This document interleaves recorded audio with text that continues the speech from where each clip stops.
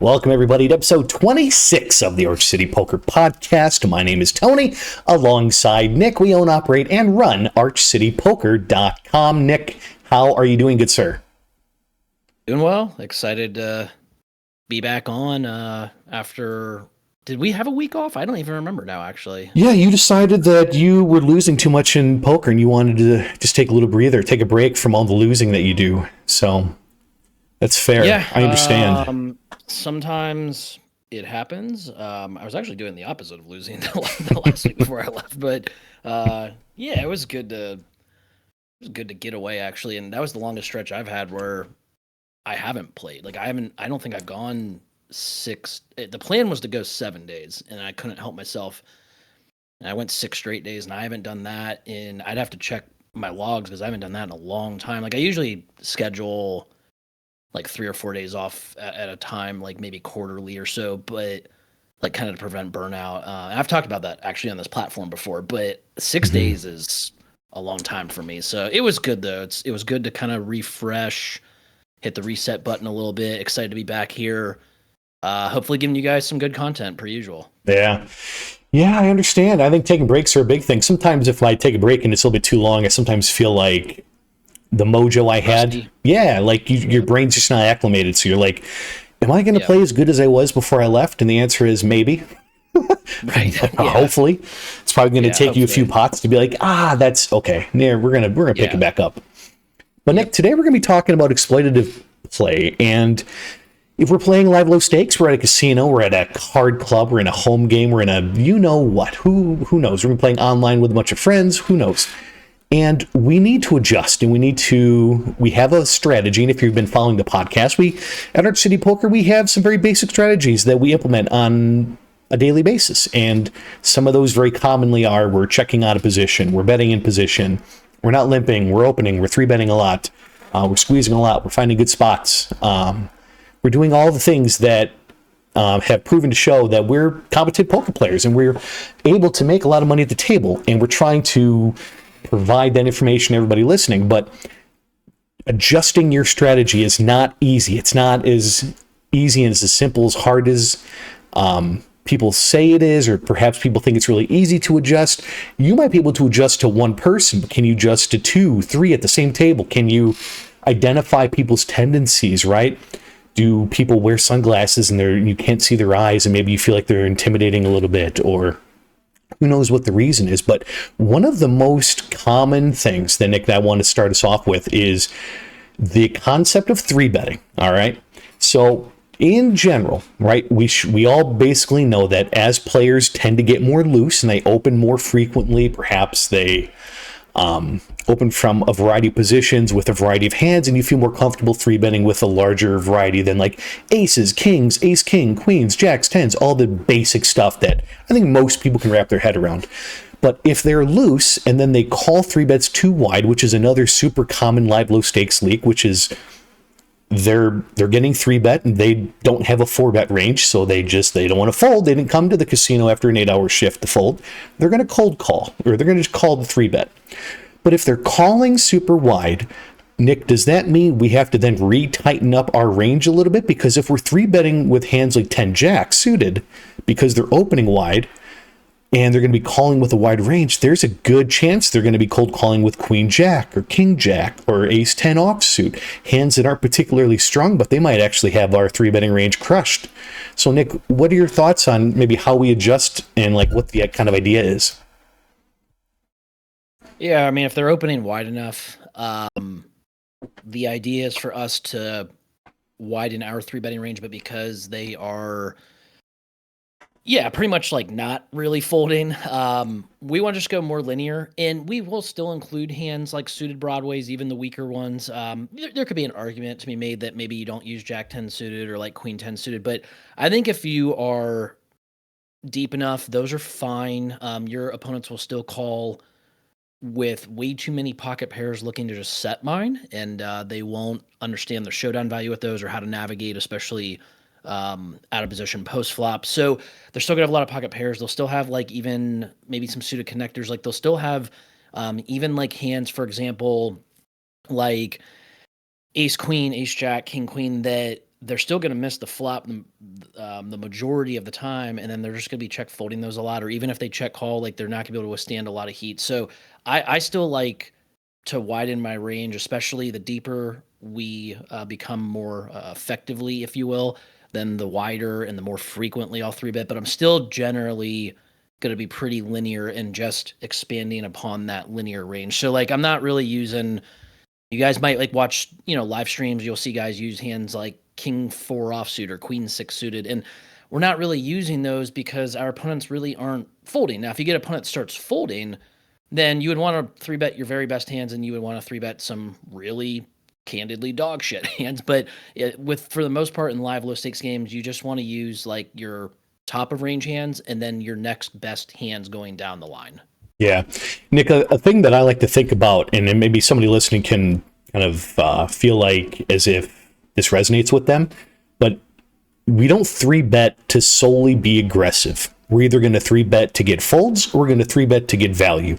And if neither happen, you're not 3-betting correctly. That's kind of the way I think about it, because if we take King 4 suited and we're 3-betting a nit, we're certainly not going to get folds. Or we might get folds, but we want to take hands that kind of are in contrary to the type of player that we're up against. So if somebody is going to be calling a lot, taking a hand like King 4 suited and 3-betting, not the best strategy in the world, but taking a hand like obviously ace, king, aces, kings, all the big nuttier hands, and they're going to be calling a little bit too wide. So we're going to be smashing hands like ace 10 suited and ace jack offsuit when we 3-bet with those stronger hands.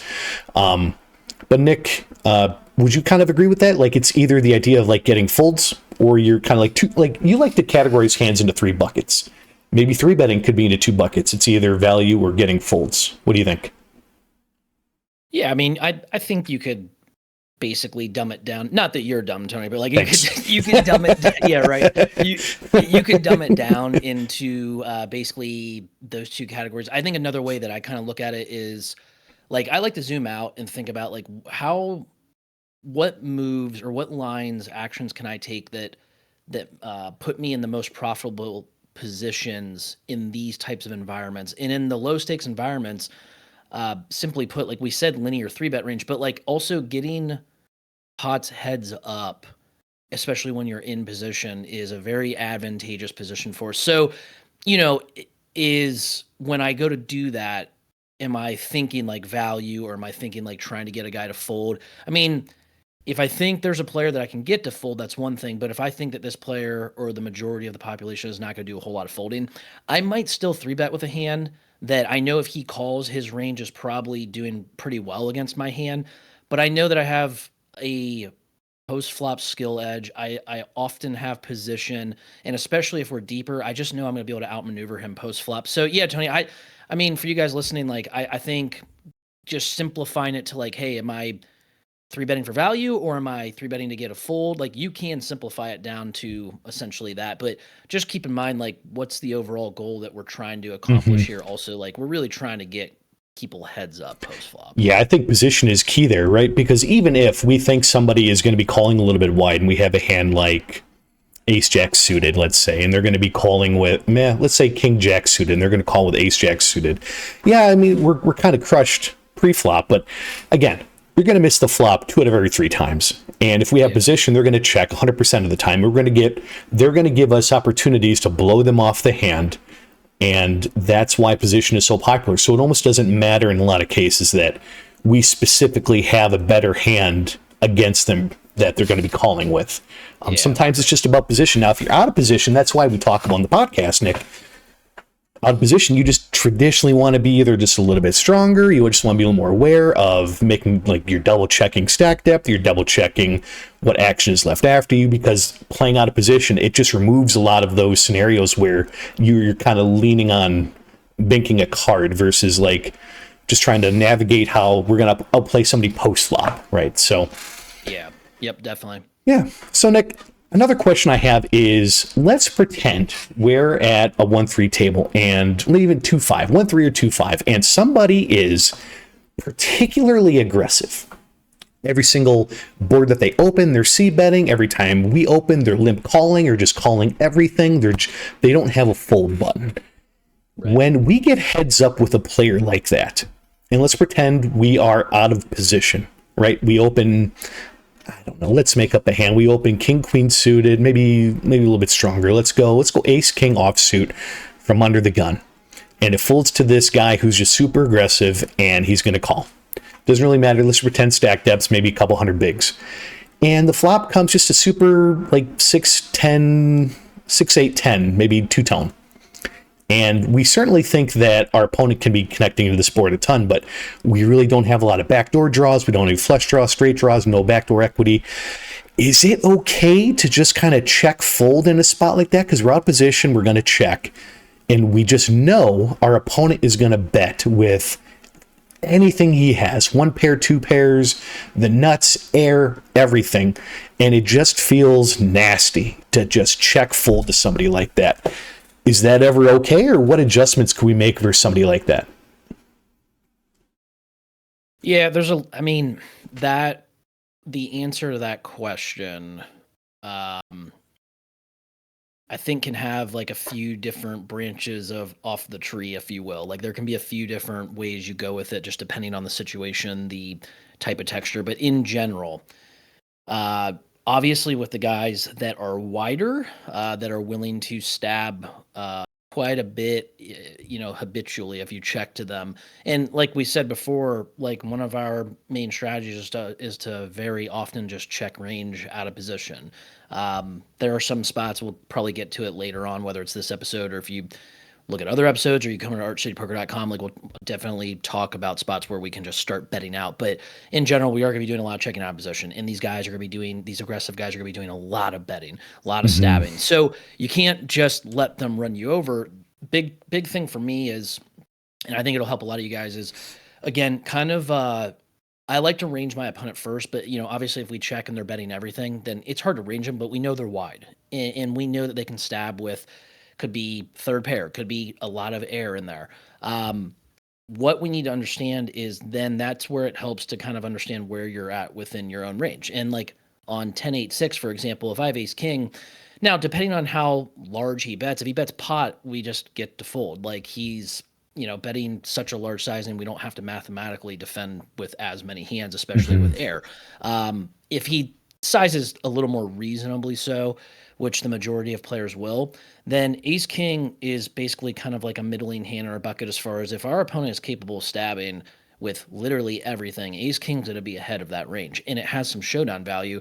So I would opt to like take that hand from that particular bucket and probably check call with it. Now, let's say on the 10-8-6 that I had king jack suited, and I think you said 10-8-6 rainbow, Tony. I mean, there's a backdoor straight in there because I'm just super awesome at coming up with boards on the fly. How about like 6-8-9 or 5-8-9, maybe 4-8-9, something that's maybe not so straight connected.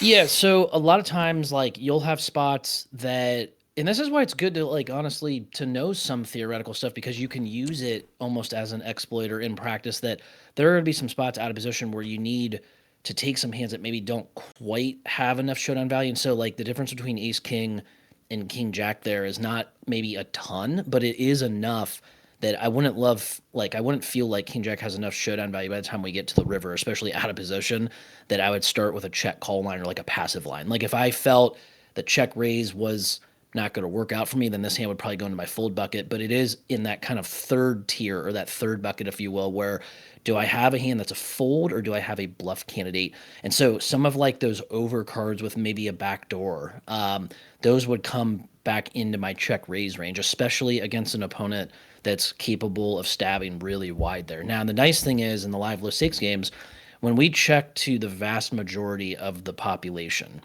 they will bet, and the sizing that they use will often tell you a good amount about where they're at within their range. And then you don't have to be, as wide or as cavalier with a hand like king jack on 9-8-4.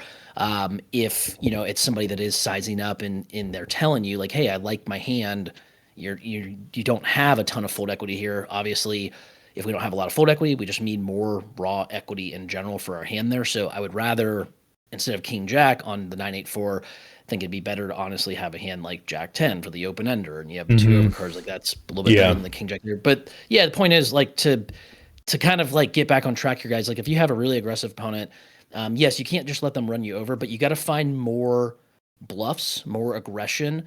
You'll be able to counter their aggression with aggression, and we can take a lot more hands on a lot of these boards, and we can start check raising and playing back at these guys. Now, the one thing you need to keep in mind, if it is a dynamic board and these guys are really sticky, then dynamic runouts, nut changing turns, and or rivers are going to favor the player in position. So before you start just blindly taking a hand like on 984, I don't want you guys getting into your next hand in that situation and saying, well, Tony and Nick said let's just take care of business against this guy and let's take red deuces on black 984 and let's get after him and check raise.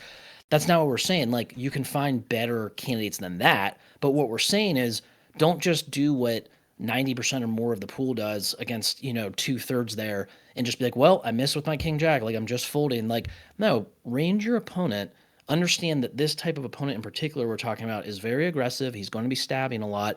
There are going to be a lot of hands that we allow him to put money into the pot with that we get value out of that portion of his range because we're going to get him to fold now, or we get him to call now and then we get him to fold turn, and that's the best case scenario. So yeah, just make sure you guys are staying aggressive. Figure out kind of what tier or what bucket you're in. If you have the ace king, or if you have a decent pair, like those hands have some showdown value. Like, you don't have to take everything and turn it into a bluff, but you can start to take more of those third tier or third bucket hands and start to consider those for bluffs. It doesn't mean just automatically do it, but think to yourself, like, do I have a good candidate? Is this hand a natural draw, or do I have two overs with backdoors that are pushing more equity and give me more playability than, say, a hand like a weak pocket pair, like the deuces I mentioned? So yeah, Tony, I say just get more aggressive and get after these guys. Yeah, I would say a big leak that I even still have it a little bit.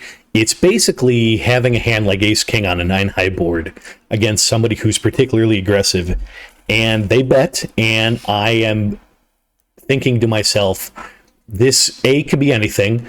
B, it can be any pair, like any small pocket pair on 489. It could be 5s, 6s, 7s. It could be a random 8, a random 9, and I'm going to take ace king and I'm just going to blast them off of their one pair hand, which is what I usually, what they usually can be leading with hands like that.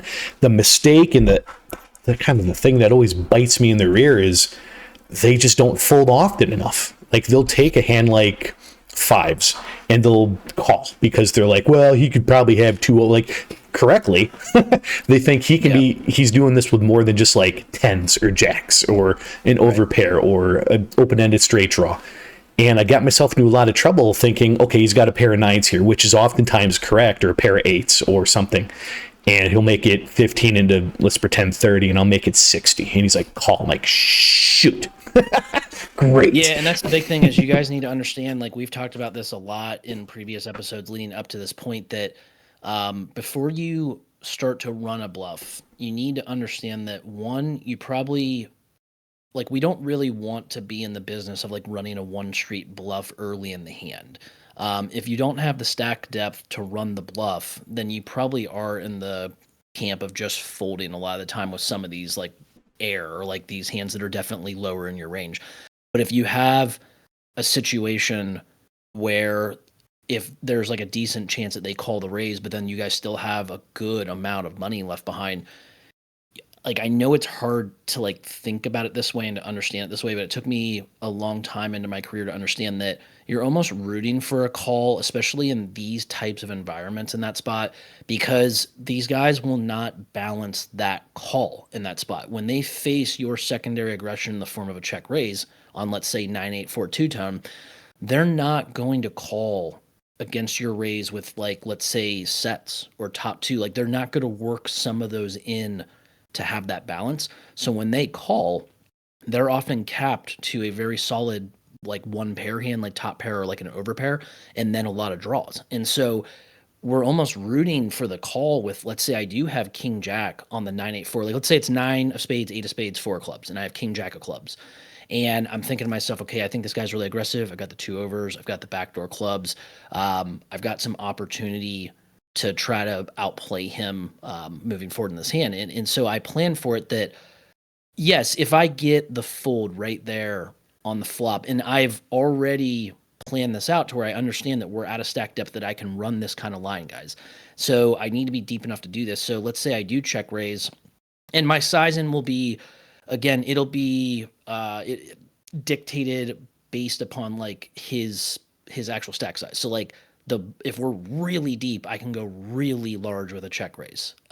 If we're not quite as deep, like our standard stack sizes, then the raise might need to be a little smaller to then set up like a turn shove, if you will. So what I'm saying, guys, is like I don't mind if he folds flop there. Like that's probably a win for us because he's probably folding a better hand a fair amount of the time. But I really would like him to call with the window of opportunity to like get him to put money in with the cap range and get max value out of that part of his range to where then I can, let's say, ship turn and then get him to fold. Yeah. So I know the idea of like for a lot of you guys, like I honestly would say like if there's 100 people listening, 99 of you will be like, and maybe 100 would say something like, well, like, wait a minute, we are bluffing to keep him in the hand to like get him to fold later. And like, guys, that's how elite players, like exploitative players, do it though. Like they understand exactly where their opponent's within their range and they get max value out of that portion of the range. And it doesn't mean that we have to go for max value with the value portion of our range. Like a lot of the money that I'll make in these types of games is actually from running like multi-street bluffs. You just need to understand that you need to have enough room post flop to do this, because like if your opponent starts getting sticky against your post flop secondary aggression, then in all likelihood they have a lot of times like a top pair type of hand that we know very well, Tony, these guys are not folding unless you have like 200 plus bigs behind starting the hand out pre-flop. So if you guys are playing a 1-3 game and somebody has a $300 stack effective and you figure out pretty early in the hand that it's likely they have like top pair or better, don't try to get them off of that. Like don't do any of what we're saying right now. Just you need to give up on that hand earlier and move on to the next hand. Like you can't win every one. But if you have the room post flop and you guys get deeper, then you can start getting a lot more creative and a lot more aggressive in these types of spots that we're referring to. Yeah, I think I played in a 2-5 game maybe a week or two ago, and I think I text you because it's kind of a wild game. Basically, I found myself involved with a guy who was kind of how I described. He played every single hand. He opened, he 3-bet, he was the maniaciest of maniacs. He was the dream, somebody you want at the table for sure. But the problem that I kind of ran into was he just never folded. And I'm like, okay, I can navigate this fairly well. So when he's 3-betting me light, I'm like, okay, we're going to 4-bet light. So I would take a hand like ace jack offsuit in position, specifically in position, and I would 4-bet to $450 because we're pretty deep. We're maybe 2,000 effective in a 2-5 game. And he would just call with like 8-10 offsuit, 8-10 suited. And the flop would be a disconnected mess of just shit that didn't hit me. And I'm like, okay, so a C-bet here is going to get a call. So how do I kind of navigate where this guy is? And it was kind of tricky because the pot is getting so large and this individual, money is not an issue to them. So if I check to them, it's going to be pot, right? Roughly, or 2/3 pot. Just give me this monster bet. And I'm like, I could probably be ahead in a lot of cases here. I could not be. And I need to kind of figure this out. So, just a really interesting situation. It kind of got me thinking when you were talking about that. But yeah, Nick, I would say, I would agree with everything that you said. I think the most important thing that I always took away is if I'm going to raise, right, and I've talked about this a million times, the first thing I look at is like their stack. Like if I raise, what's the SPR going to be on the turn if they call? And if it's way less than 1, then I'm like, well, maybe this is probably a shove if I'm going to do it at all. Or if it's going to get the SPR to be 1 or a little bit higher than 1, I would say I would size appropriately to make that happen. And again, if we talk about you're trying to do like quick math in your head and you're like nervous because the action's on you and you feel like you're taking a minute to figure out how much was in the pot. But if you can just practice at home and you can kind of get that stuff. But if you 3-bet often enough, you kind of just start memorizing. It's kind of like the same football plays over and over and over again. I've done this. They're going to call. This is what the pot's going to be. They're going to lead for a third pot, which is kind of standard. Maybe a third, a half is probably more standard than not. And we're going to raise. What's the sizing going to be? 3x, 4x, 5x. What gets the SPR down to 1? If we're super duper deep, then it doesn't even fucking matter. I can go 6x, 7x, something that's going to put a lot of pressure on the hand that I'm targeting. But Nick, I think you nailed it. Absolutely nailed it. Nick, a really common question that we get from like people who talk to us is live low stakes. Obviously, people never 4-bet. It's not a thing. So when they do, we are traditionally pretty timid with our hands, right? We're in a very small kind of, we're to take a look at a hand chart. We're going to be in the very tippy top left hand of that corner, top left, and we're going to really play aces, kings, and then it kind of, if they're nittier, it really just kind of drops off. So when we do get 4-bet and we have kings, do you look at that as an auto fold? Is it an auto shove? Is it, if they got aces, good luck? How do you kind of navigate when you have kings and you're facing the rare 4-bets in live low stakes?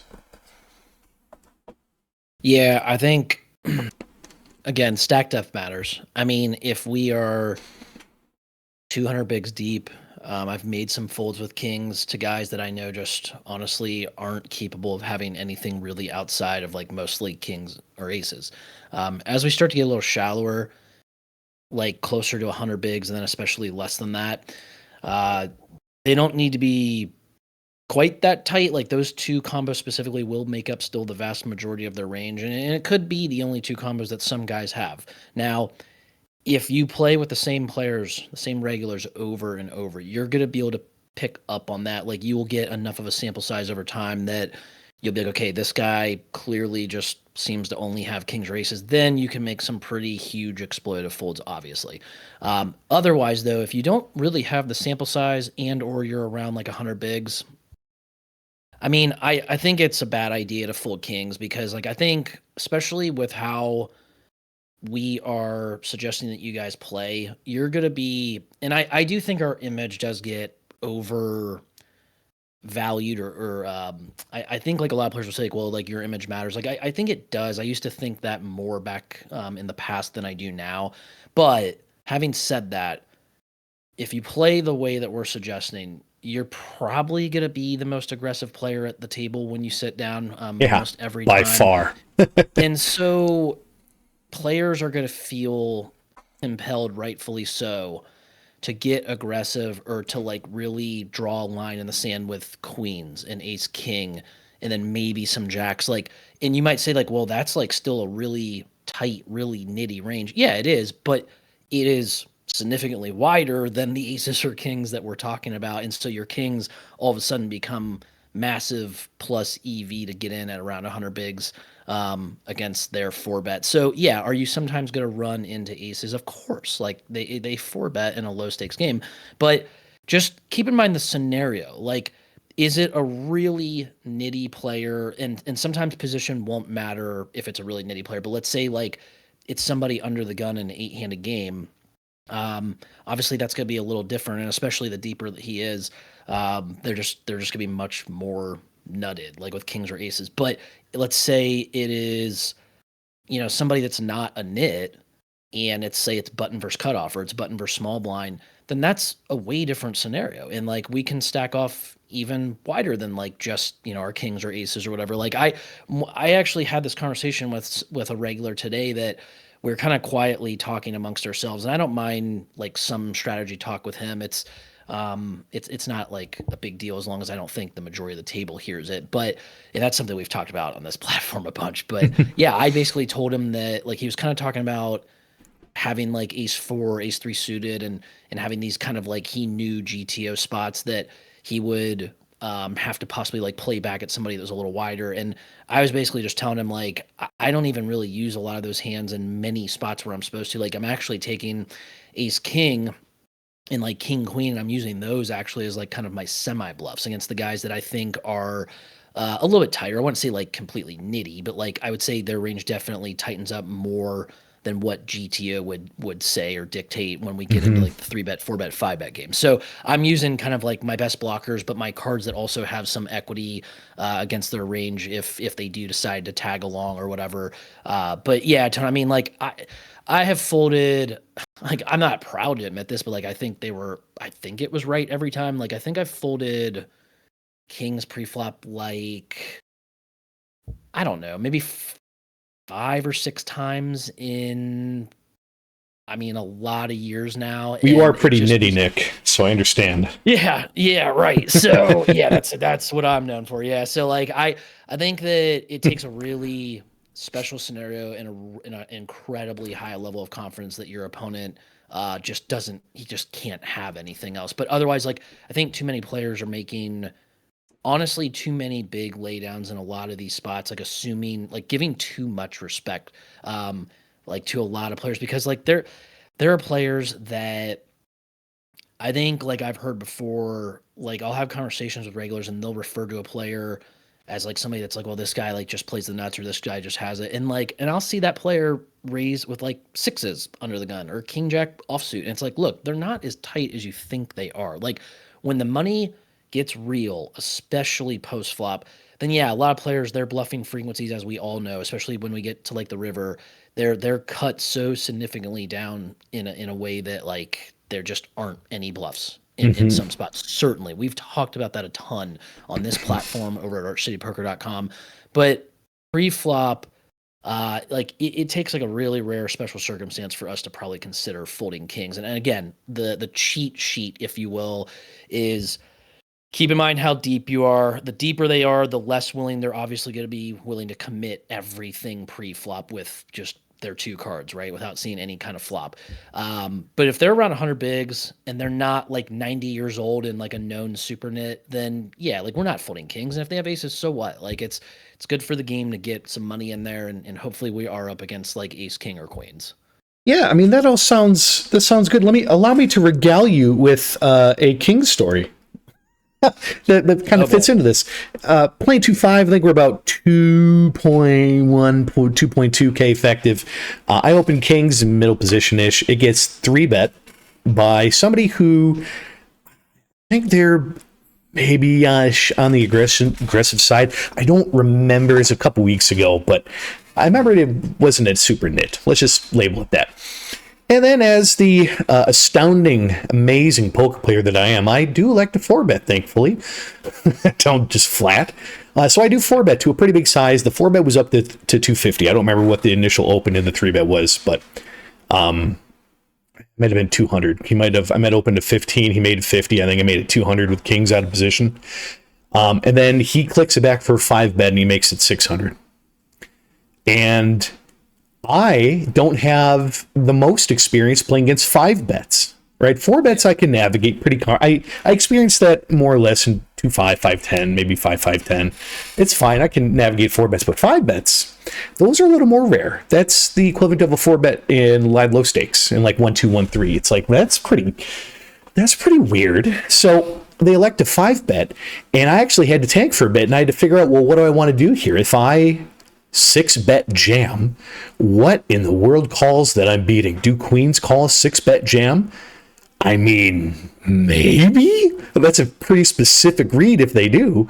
And we're hoping for jacks or queens. And then, and in the moment, I'm thinking, well, I have king, so I obviously block ace king. Maybe they have ace king.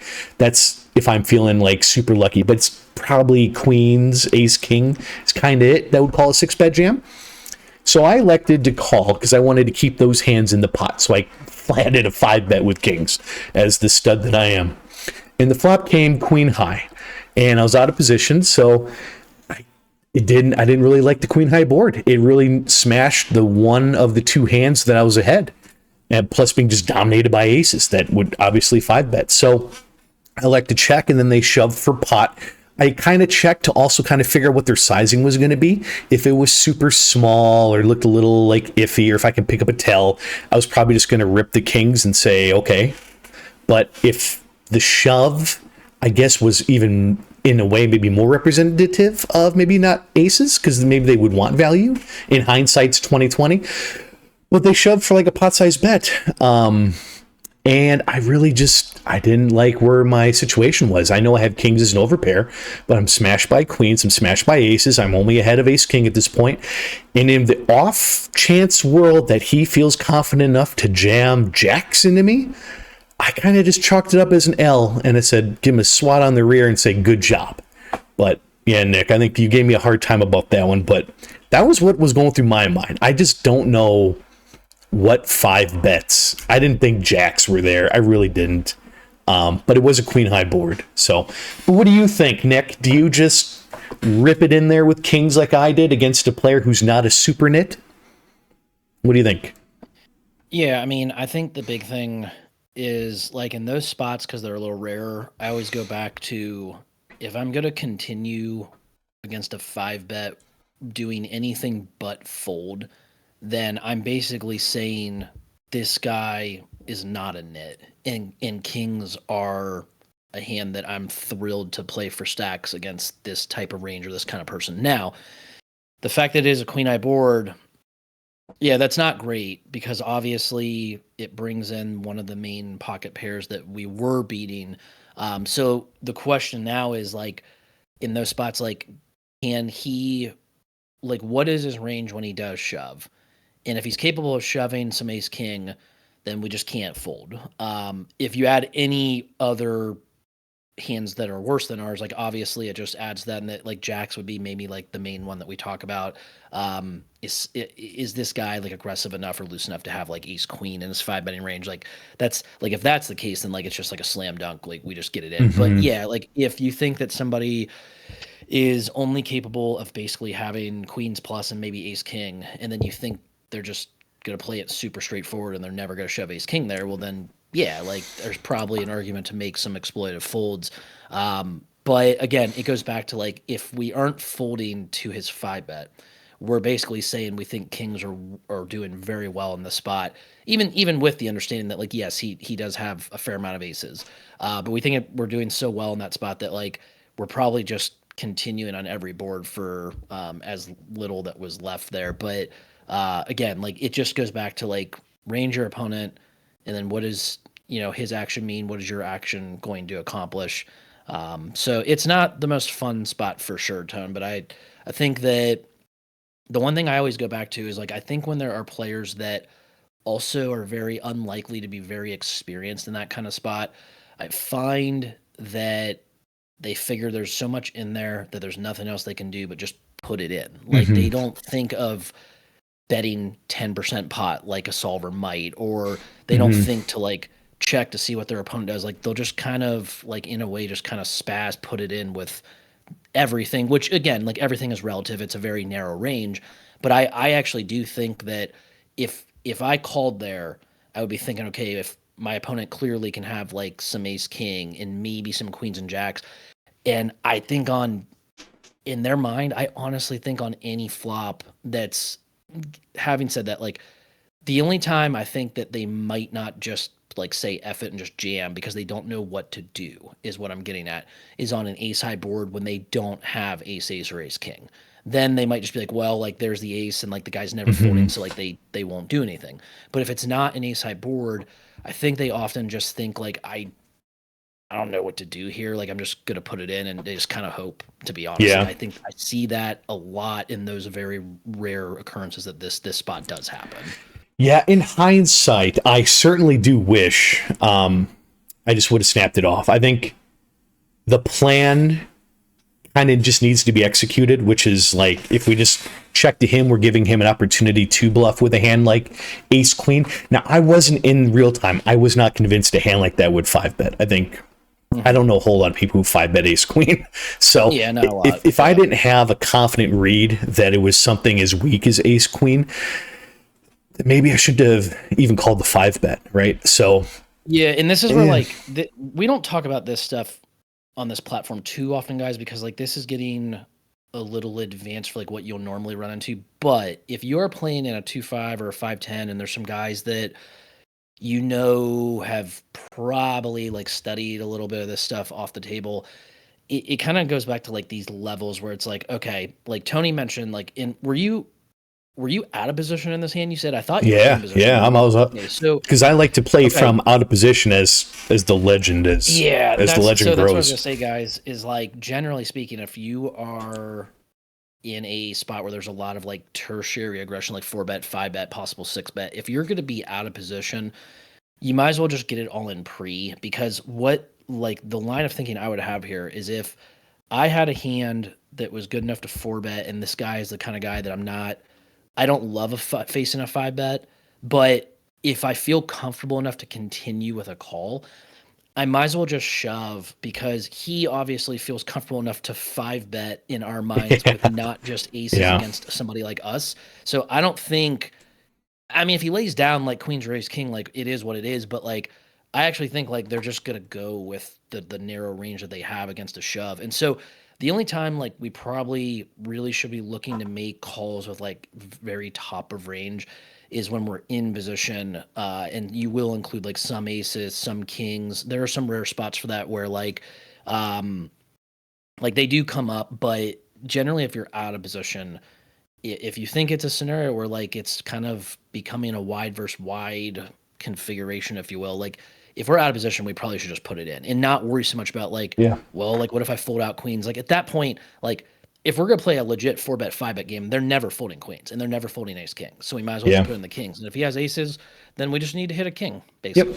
And like you said, not super common to deal with, right? 5-bets, unless you're super deep at 1-2, 1-3. But I figured, there's some 2-5 players, maybe some 5-10, where maybe stacks are deep enough to where there's a little bit of that going around. It's still pretty uncommon. I still don't experience it.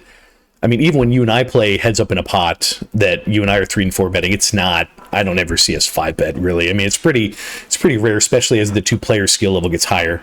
I would say personally, because there's just so much deviousness that happens on on the flop and in the turn. There's just, well, and the tricky thing too is like when we're suggesting, like, especially if we were the original pre-flop aggressor, like our raise sizings are usually so much larger in 1-3 and 2-5 than like what GTO is, that by the time they 3-bet, our 4-bet is basically like a commitment or not. So and like you're absolutely right. And that's why, really quick, like when you see people at live low stakes 1-2, 1-3 and they buy in for $100, they buy in for 200 in a 1-3 game. That's why, like, I had this issue when I was first starting out, which was like I would 3-bet a pot to $50, so I only have $100 in my stack, and I would feel super uncomfortable 3-betting because it felt like I was just going to be all in. And I can't highlight enough that once you start buying in for like the max buy-in for the stake, not a no cap game, but we're talking if the max buy-in's $400, it would behoove you to bring in $400. If the max is $300, bring in $300. Don't be the guy who pulls out 50s and just keeps reloading for $50 every single time, and then calls $10 raises until he goes broke again. So, anyways, you sparked that in my mind. I was like, oh yeah, I remember feeling that way. Right. Yeah, Nick. So, yeah, I mean that a lot of really great points. That's really going to wrap up. I mean, we just kind of cruised through those questions, but I mean, they're really important. If you're trying to get better at live low stakes poker and you understand that I just can't, like, every single week in the NFL and the NBA and MLB, the strategy changes against the opponents that you're going to be up against. And in a lot of cases, it's a lot of the regulars that you see very often. So you have an opportunity to play the same team, so to speak, multiple times over the course of a season, over the course of a year. So you're not adjusting like to 8 different people and you have 8 different strategies going on in your mind. You're maybe picking out where the money's coming from the most, right? You're identifying that person's a nit. It's ABC. We can figure that out.